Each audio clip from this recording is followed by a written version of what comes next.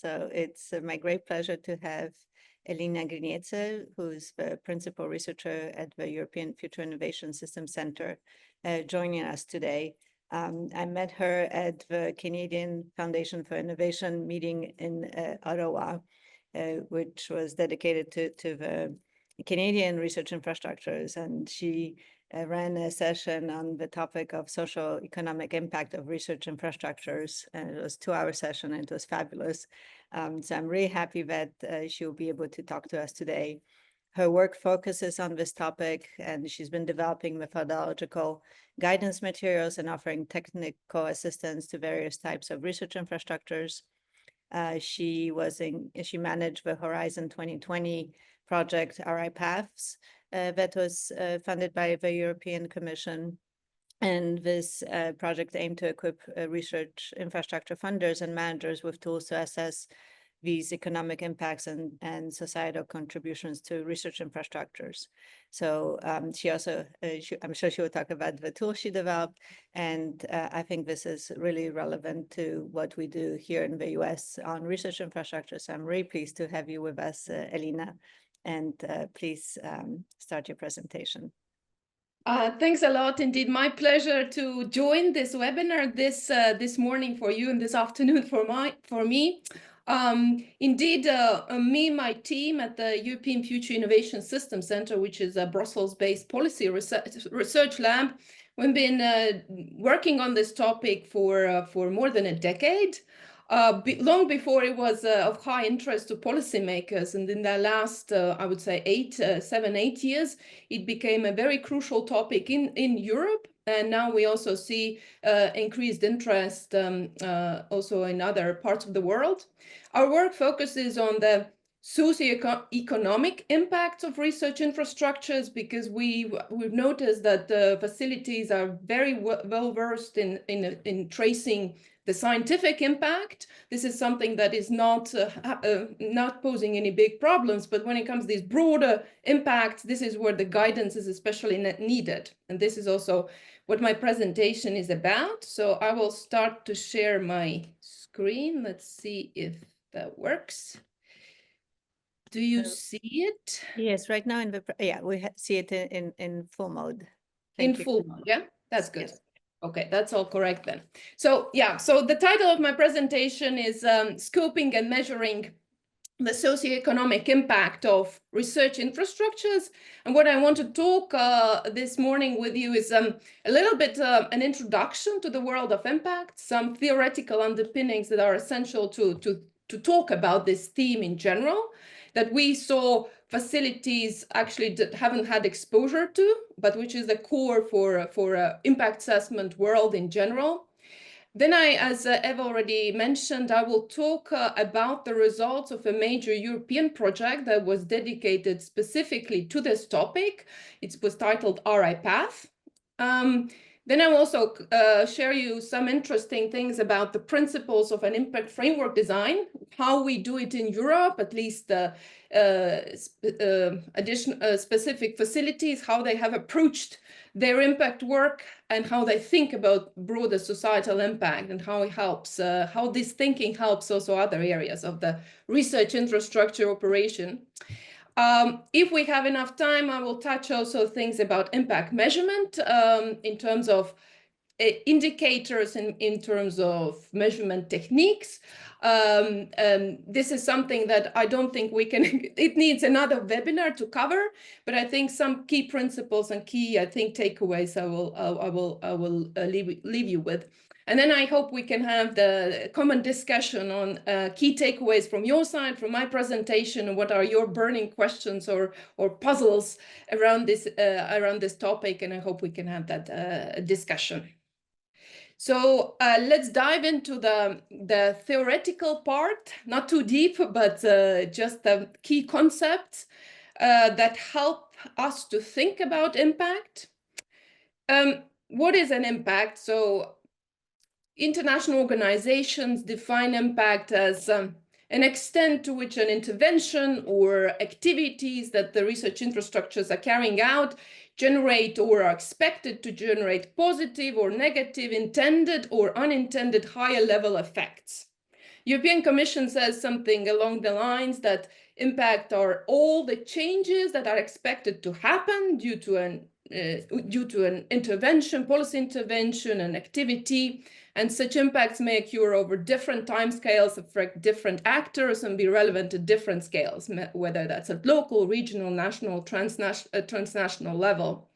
But in simple terms, I think when we talk about impact, we really mean the ripple effect. So the activities that are carried out in organizations will lead to effects to its different users, to a wider community of stakeholders, to economy and society at large. And it doesn't matter whether we plan it or not, all activities will generate some kind of impact, and if only not in the short term, then definitely at the longer term, there will be some effects. So to help differentiate, and I think that some of the facilities recognize it's very important that we differentiate. So it's not, there's a key difference between a performance measurement and an impact assessment. They're closely related, but they are not the same. So this is what I also want to stress, that when we talk about performance monitoring, this is something that organizations do routinely.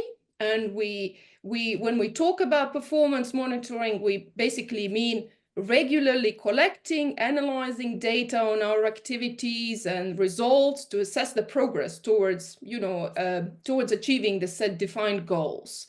And the purpose is that to identify where the initiative or program is succeeding and where it needs improvement, something that is, I think, all organizations are doing. We're well versed to track KPIs, and we kind of understand what that activity entails. Impact assessment is a bit broader.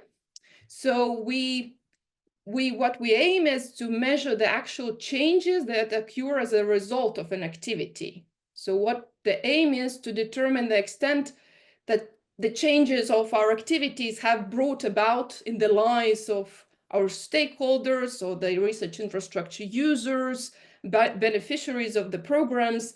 So it is about these broader ripple effects, and this is where it usually becomes very confusing for people who are not dealing with that in the day-to-day work. And to help think about these broader ripple effects in impact assessment practice, we employ a principle called impact pathway. And the impact pathway logic is very simple, but it's not simplistic. And I think it's very important to understand that logic and to understand it in it all, what it entails. So the logic is as follows: that any kind of resources and activities that we do in our organizations lead to certain direct results of those activities. And this is what we call outputs in impact assessment practice. And basically, this is the sphere of control that we have in our organizations, because we control the resources, we control the implementation of activity, and we are responsible for generating the results, right? And account for those results.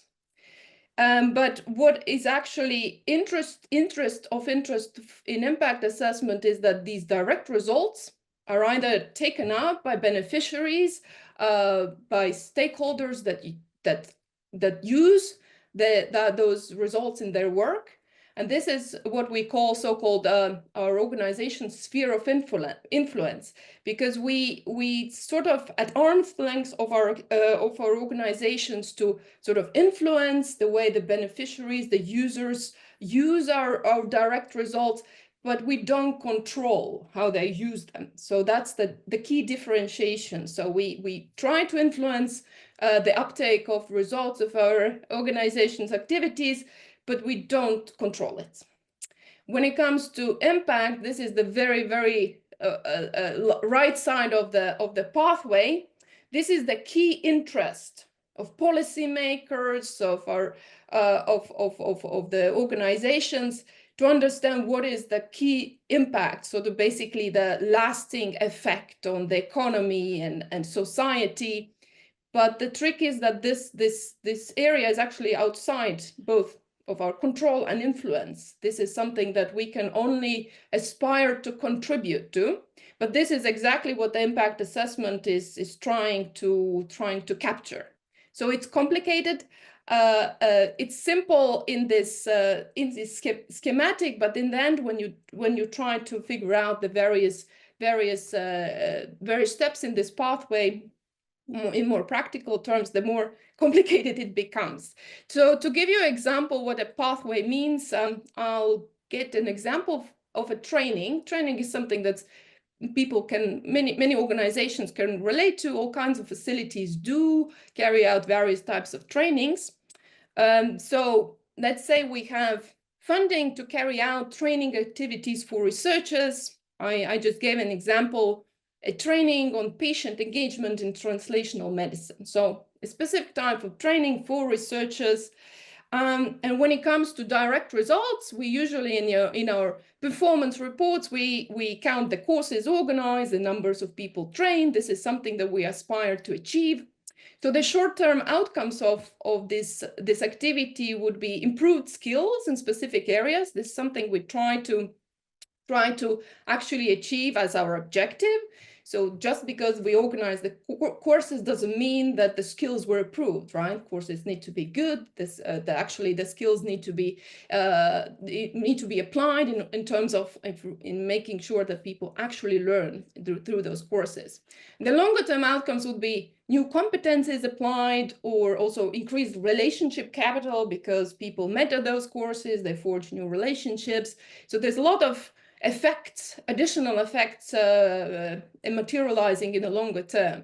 So in impact, that would be contribution to societal relevance of research, because more researchers are now able to understand how to engage patients in their research projects, and this hopefully contributes to the societal relevance of research. So this is just one short example of how an impact pathway looks like.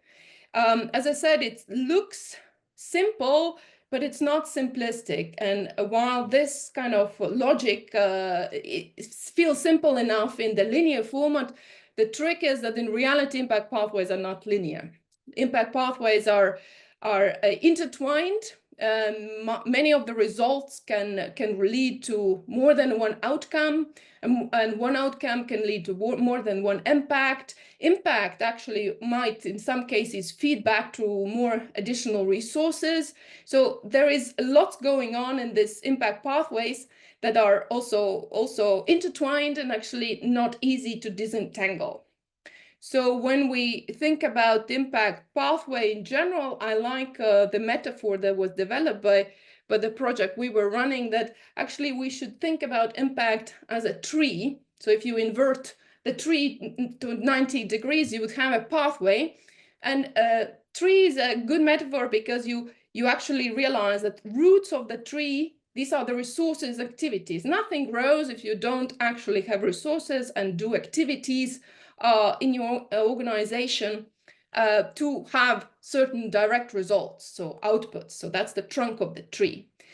In order to characterize the tree, you actually don't need to count all the leaves of the tree, right? So-called impact. So leaves are volatile, they fall in the fall, and then actually it doesn't matter how many leaves you have on the tree. In order to characterize the tree, you have to understand very well how high your tree is, so what your direct results are, the outputs, but it's also equally important to understand how wide your branch is and how they are looking like. So this is so-called outcomes, right? So what is the key to impact assessment and key to strategy and measurement of impact is actually to understand what the outcomes are. So how wide the branches are, and if you know how wide your outcomes are, then you can extrapolate what the possible impacts, the leaves, the volatile leaves could really mean. So this is in short the very, very, very essence of impact assessment logic and principles. So maybe somebody has any question or any clarification in this very short theoretical part on impact assessment. Yeah, I'm looking, Elina. Right now, I think people are good, but If I indicated if people want to put questions in the chat or raise their hand, I will see that and I'll transfer that information to you. Wonderful. So then I want to, as I already indicated, want to share with you a couple of findings from the RI Path project. So RI Path project was funded by the European Commission program Horizon 2020, and it was implemented for 2.5 years and concluded already 5 years ago, but it's still, the results of this project are still relevant and still used, and still people come back with additional questions on these results. And the project convened, sort of basically teamed up 4 policy and evaluation expert organizations with research infrastructures. We had a couple of synchrotrons. CERN was part of the project, and also distributed research infrastructure in life sciences, Elixir. But more than 30 infrastructures joined in the activities of this project. So it was really based on co-creation and interactions. And the aim of the mission of the project was very conceptual. So the goal was to improve the understanding of these long-term impact pathways, how various types of research infrastructures are triggering, what are the mechanisms and where these kind of impacts are really emerging.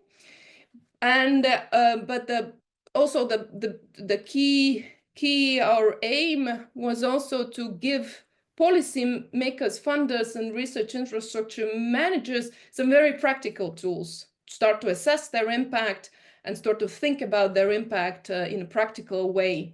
So these were twofold objectives. Approach, as I said, was highly participatory. So I think we had a year where we held only co-design workshops with more than 30 infrastructures in different domains, different types, and we collaboratively tried to distill their knowledge and put that in sort of framework or a map that would help infrastructures to think about the socio-economic benefits in more structured manner. And outputs of this project are compiled in 2 ways. So we didn't want to publish just the PDF with lots of information. This is something that's done frequently, but that doesn't help practitioners to engage with the content. So we set up an online toolkit that is also, you can see the link on the slide. You can also explore the tool in your own pace. So it's an online toolkit where all the relevant findings or sort of information is structured in user-friendly way. So you can click through your interest area and see what kind of information is provided and use the tool, various functionalities of the tool. It also includes a PDF document, which is an accompanying guidebook where you can read about the topic of impact assessment in more narrative format. I also suggest anyone who is completely starting from scratch on this topic just to start with the guidebook, because it sort of takes you by the hand and on this journey on impact assessment. I think it's helpful assistance also in exploring the tool. Also, the guidebook has lots of hyperlinks, so the case studies and all sort of online resources are linked into this document. So key things, what the results are, also very, very short way, because you will be able to explore the resources online yourselves. So we compiled, I think, the list of most frequent impact areas of socioeconomic impact that research facilities are generating, and we grouped them in sort of 4 main categories. One was impact on human resources, or some people prefer to say talent development, which also kind of describes basically areas of importance. And you'll be able to click on the tool and basically see all kinds of the kind of areas of impact by clicking on these crosses and just exploring. So it's meant to be a sort of inspirational tool for people who want to understand in general what kind of impacts are we talking about, what kind of impacts can there possibly be. So impact on talent development is a major one. It's a major impact the research facilities are generating. It's actually in very unique ways. Second one, also of high interest to policymakers, is the impact on economy and innovation. So everything happens to the businesses, industry, technology transfer, innovation, and things like that. So that's of high relevance, I think, to policymakers as well. Third area is impact on broader society. So this is also a longer list of various types of impact. Some of them can be also quite surprising, like cultural impacts or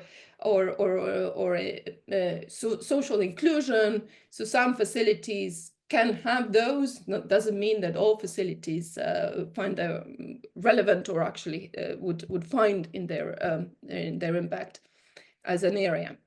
And last area I think is very important, it's very much overlooked frequently, is that facilities can have a major impact on policy through because of their field of activities. They can have impact on policy, regulation, standards, and science diplomacy, and many other areas. So I just, because I don't have that much time to go through all the lists, I encourage you just to explore it and use it as an inspirational tool for thinking about your own impact areas. What I will want to showcase you in more detail, I think, is the major contribution from the project. And the major contribution is the identification of 13 generic impact pathways of how investment in research infrastructure lead to various impacts on the economy and society.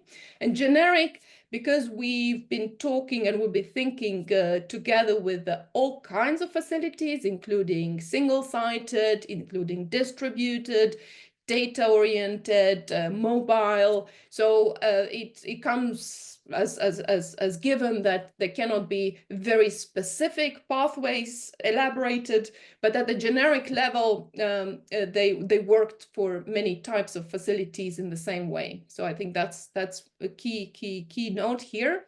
And we group these pathways along 3 high-level missions of research infrastructure. So the major mission is the enabling science, a second one, the problem solution, and then a bit more intricate relationship that facilities bring between science and society.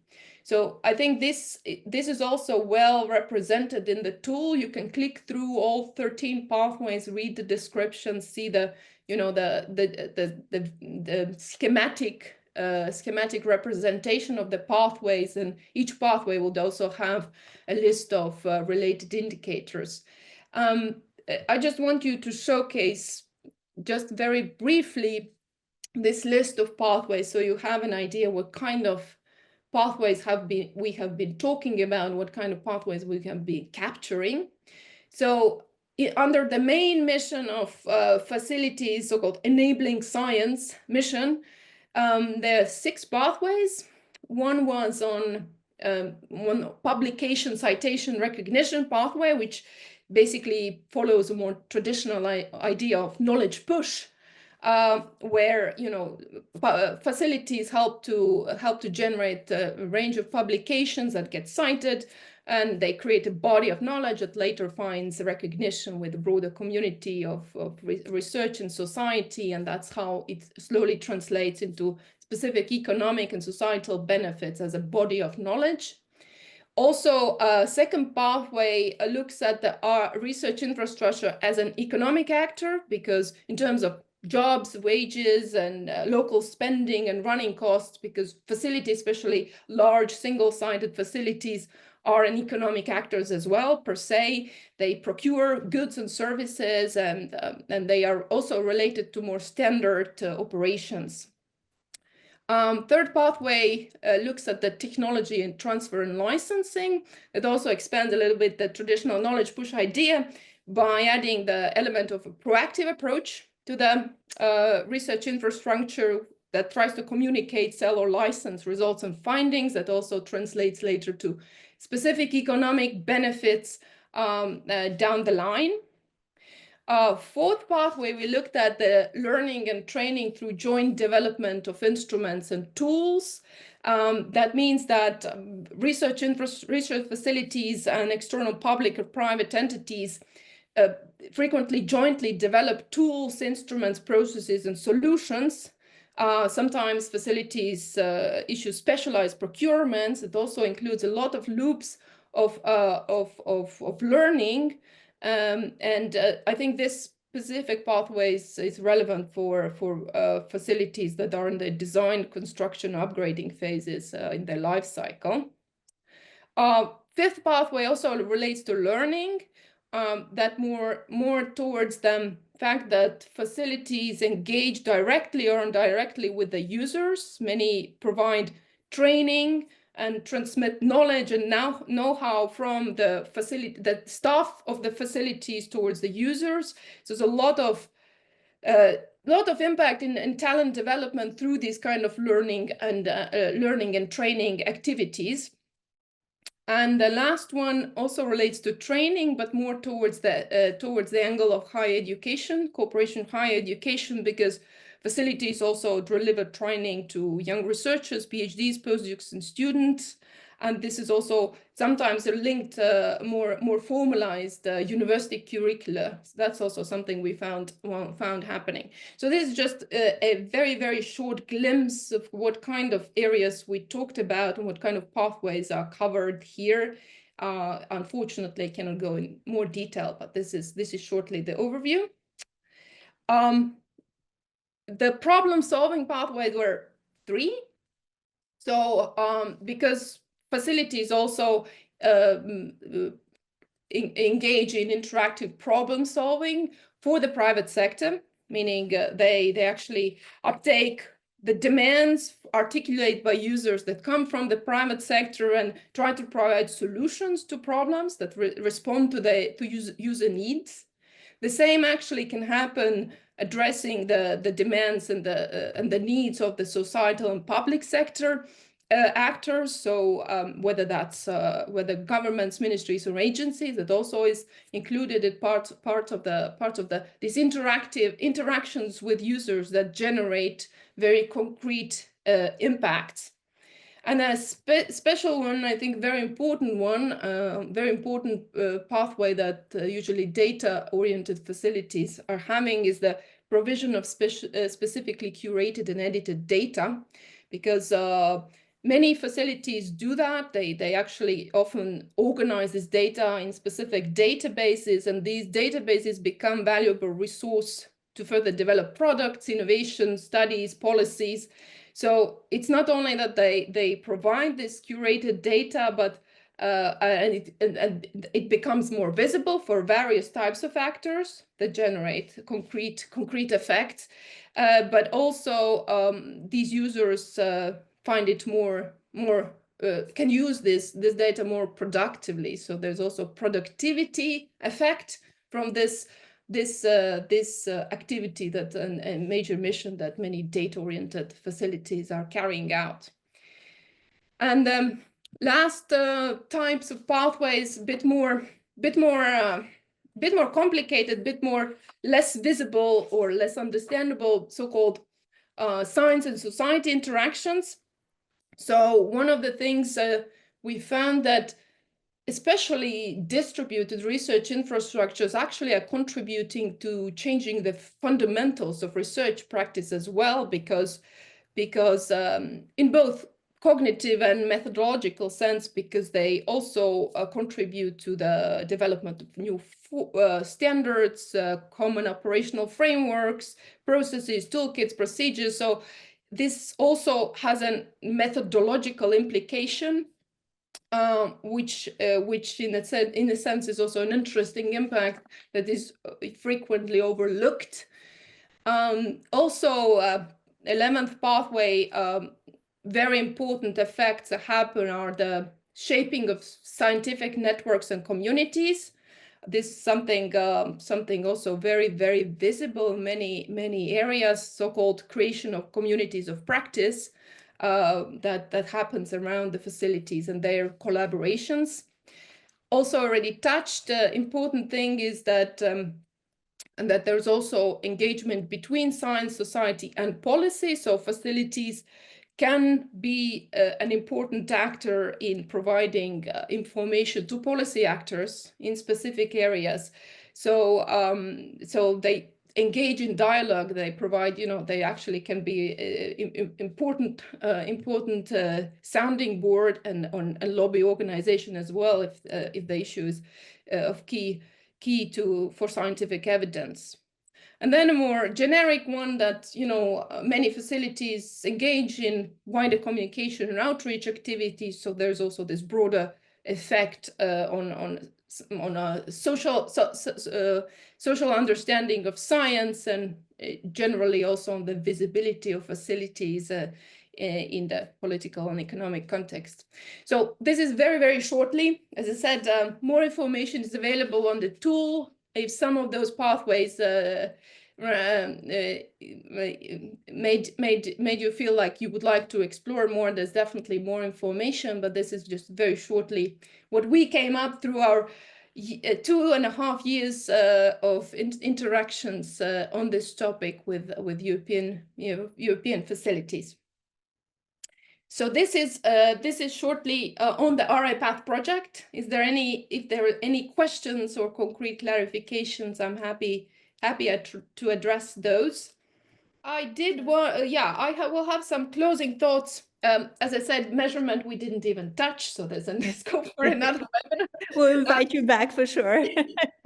So I have much more to tell about the measurement and indicators, but maybe 3 things about the challenges. So what I think is the challenge of scoping the measuring and uptake of research facility outputs. I think, as I said, there's no one-size-fits-all approach to measuring impact. It's simply each facility is a different ecosystem, means that there's a different pathways there, but there's some commonalities that can be learned from this work and from our basically interactions.